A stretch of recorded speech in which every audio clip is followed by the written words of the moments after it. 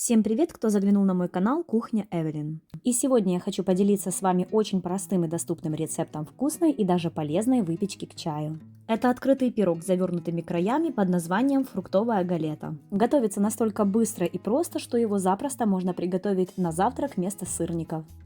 Пирог родом из французской кухни, а уникальность такой выпечки в том, что нам не нужен густой джем или какие-то особые начинки, чтобы не растекались. Мы просто добавим абсолютно любые свежие фрукты. А самое интересное, что такую галету можно приготовить исходя из тех ингредиентов, которые есть в холодильнике. Из творожного теста, из сметанной основы, либо сливочной. Все разновидности рецептов добавлю в конце видео.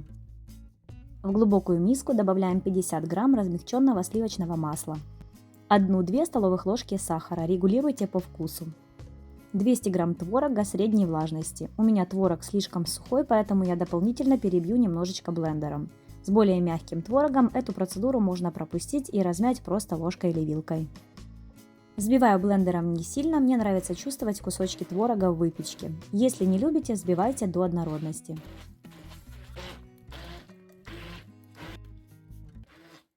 Вбиваем одно яйцо и перемешиваем.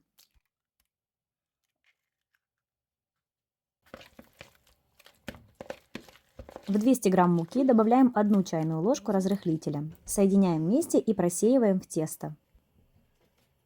Сначала добавляю половину, тщательно перемешиваю ложкой, и когда уже ею тяжело перемешивать, начинаю вымешивать рукой.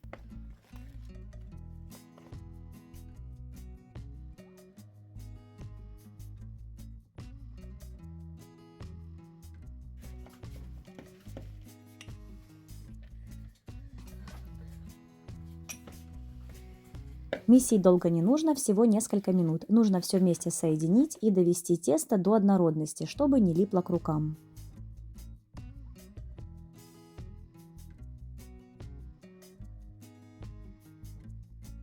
Вот такое тесто должно получиться. Пока буду нарезать фрукты, можно его убрать в холодильник на 10 минут. А если у вас нет времени, вы можете с вечера приготовить тесто, а утром сформировать галеты и испечь на завтрак. Тесто разделяем на 3 части. Получится 3 галеты диаметром примерно 25 сантиметров.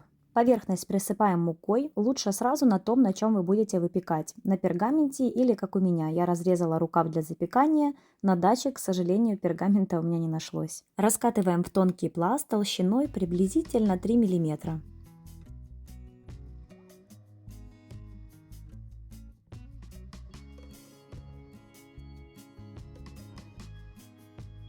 Из фруктов у меня сейчас сезонные сливы, груша и немного клубники. Первая галета будет сливовая. Нарезаю их тонкими дольками, посыпаю 2 чайными ложками сахара, добавляю крахмал, можно картофельный, можно кукурузный. У меня картофельный, 1 чайная ложка. Для вкуса можно еще добавить корицы. Начинку перемешиваем и выкладываем на пласт теста.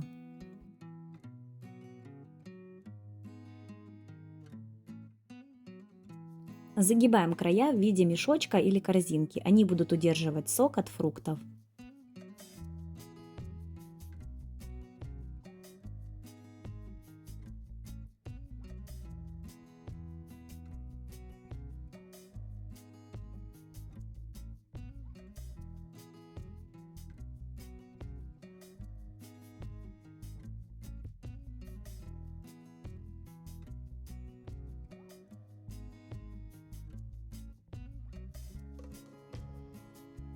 Раскатываем тесто для второй галеты.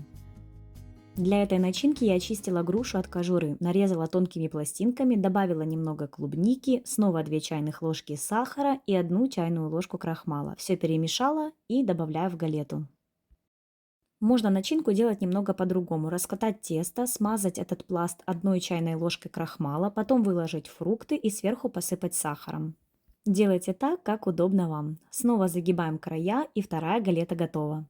Бортики галеты по желанию можно смазать водой либо яйцом. Я не смазывала ничем.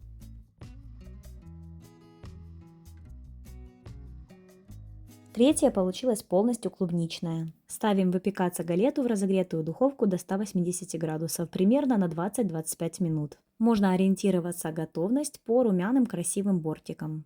Творожные галеты готовы, даем им немного остыть и потом можно присыпать сахарной пудрой.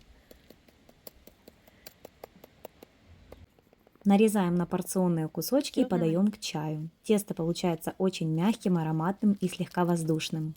Сок из фруктов успешно удерживает крахмал, не влияя при этом на вкусовые качества самой начинки.